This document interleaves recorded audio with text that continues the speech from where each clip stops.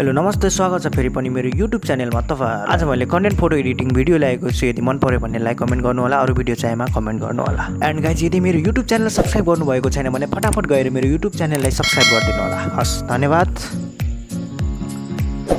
Okay, हामी फर्स्टमा PicsArt open गर्नेछौँ अनि ओपन गरिसकेपछि हामीले चाहिँ एउटा ब्याकग्राउन्ड सिलेक्ट गर्नुपर्ने हुन्छ।